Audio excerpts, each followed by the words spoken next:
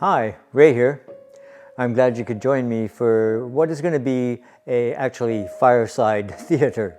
It's well below zero outside, so I'm happy to be sitting here warm by the fire.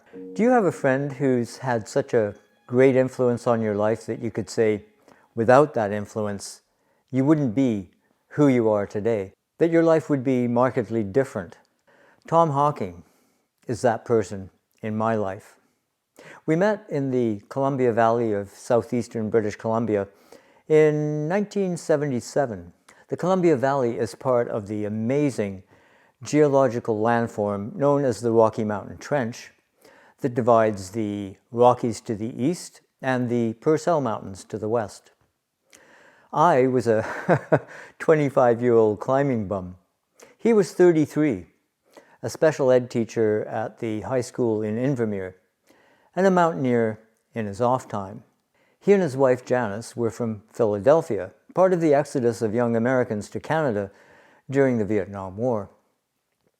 I was an immigrant from the UK, not yet a Canadian citizen. My first visits to his and Janice's rented home, overlooking Windermere Lake, were to see slideshows of his climbs in the Rockies, including a hilarious chapter on Mount Abruzzi.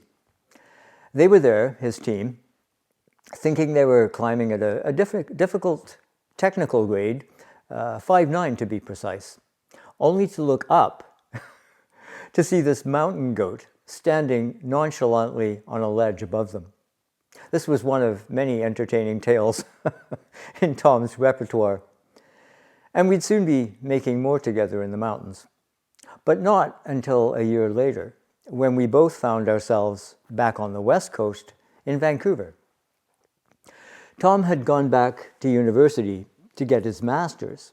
I was destitute, surviving, barely, as a jack of all trades. I'd separated from my partner, and in fact, Tom and Janice took a break for a while. She arrived on the coast before Tom, and I lent my woodworking skills to make furniture for her and her roommate.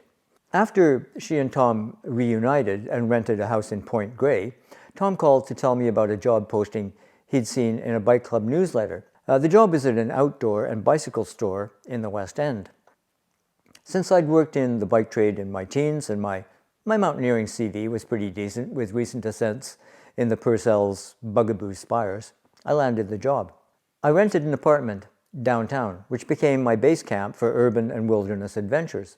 That summer, 1978, we climbed in the Coast Range, the Cascades, including Mount Baker, and we made a trip back to the Purcell and Rocky Mountains, climbing Mount Athabasca by the beautiful Silverhorn Arête. I carried a battered Russian Zenit camera with 35 and 50 millimeter screw mount lenses. Tom had a Pentax, I think it was, with lenses up to 300 millimeters, and one of those tiny Rolly 35 viewfinders, popular among climbers at that time. And I also carried a cine camera occasionally. Over the next couple of decades, we partnered on many climbing adventures, cycle touring trips, ocean kayaking expeditions, and sailing escapades in his boats, which I also helped repair and improve. During my sojourn in the photo factories of Toronto, he cajoled and eventually convinced me to return to the relative wilds of British Columbia. He'd just returned from an economically enforced stint teaching in Alberta. He got me to sign up for a kayaking leadership course, and I made the transition from city slicker to ocean kayaking guide.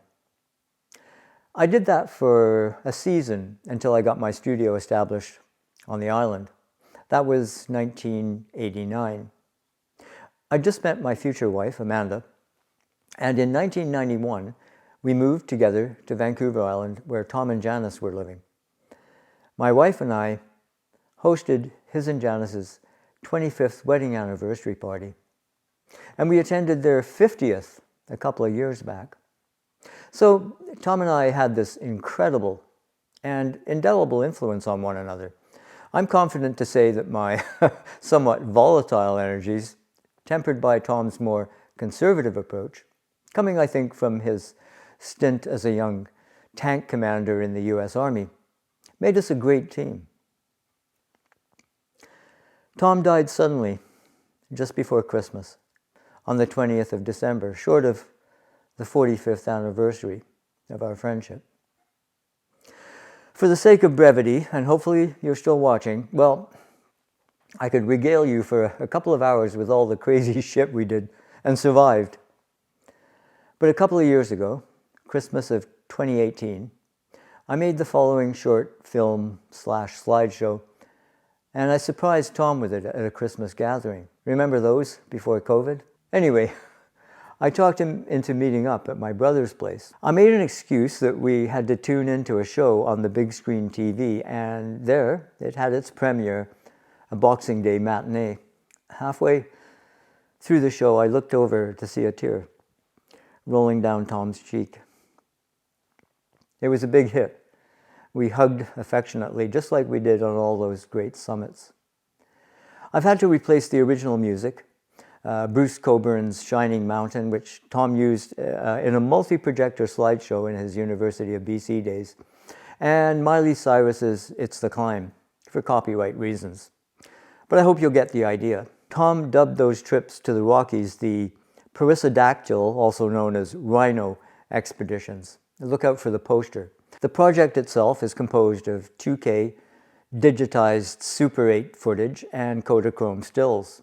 The title, The Great Days, is cribbed from the classic of mountaineering literature of the same name by the Italian alpinist Walter Bonatti.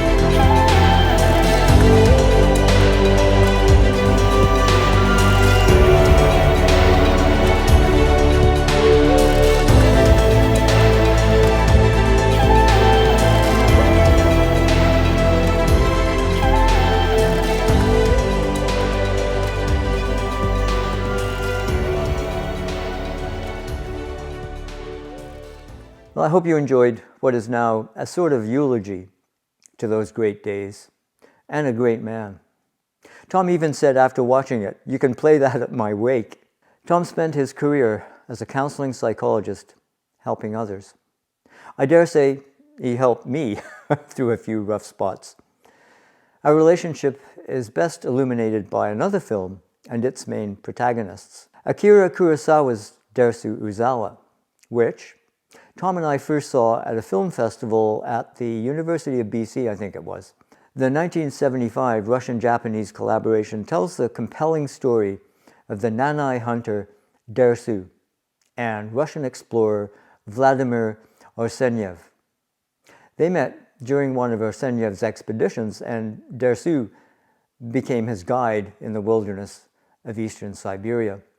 When Dersu's eyesight begins to fail, and he can't continue his life as a subsistence hunter, Arsenyev takes Dersu back to his home in St. Petersburg. Of course, Dersu can't handle being cooped up, and, well, the result is where the film begins. It's one of the greatest Kurosawa classics, a film everyone should experience. I'll link a nicely restored version in the description. It was that first season together in the Rockies that we started yodeling to one another using those characters' names. Dersu! Capitan! On belay! I was the diminutive hunter and Tom the Capitan. 4 decades of correspondence between us is signed with those names. One summer, we had a bit of a falling out. I was more ambitious, or foolhardy, I think Tom thought. I was a bit pissed off because I took it that he doubted my competence. So when he began to back off on some climbs, I partnered with other climbers to realize those ambitions. I think Tom was jealous.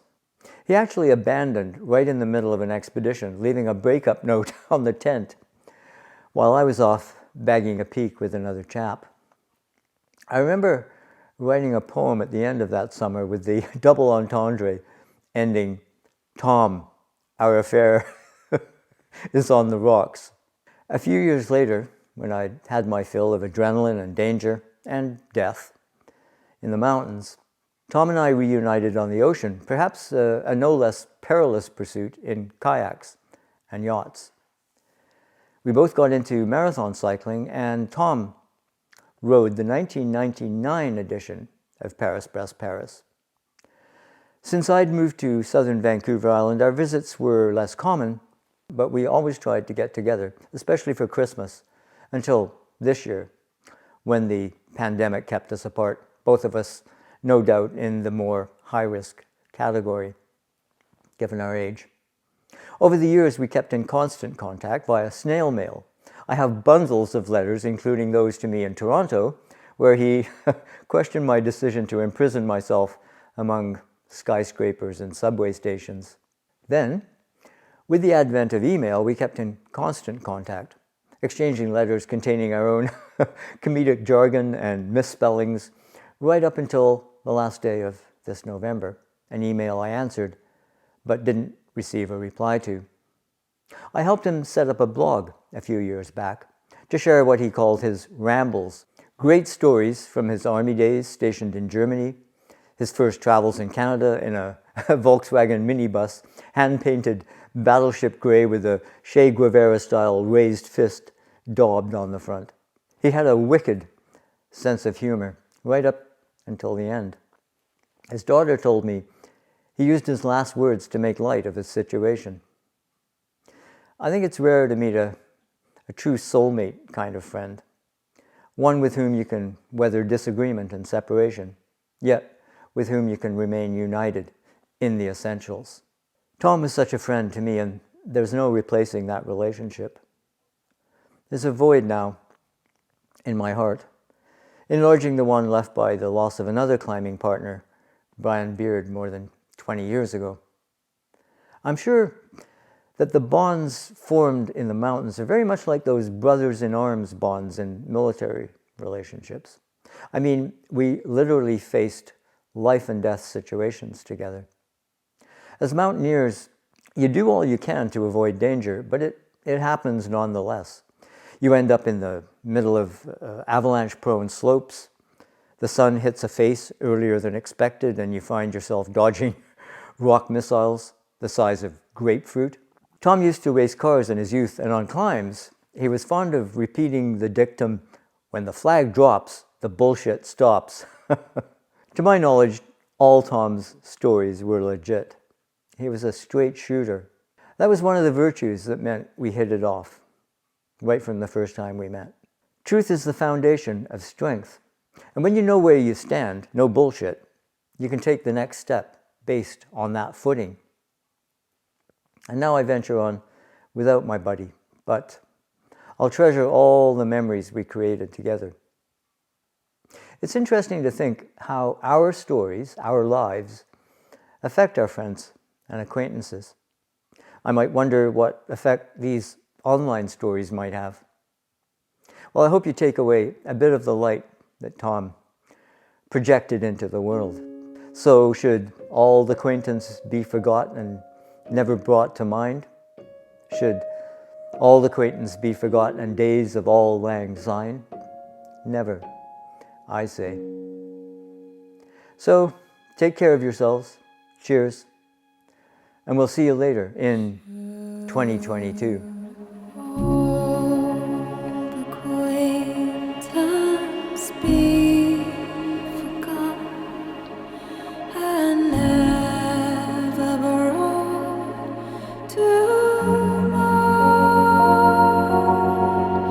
True.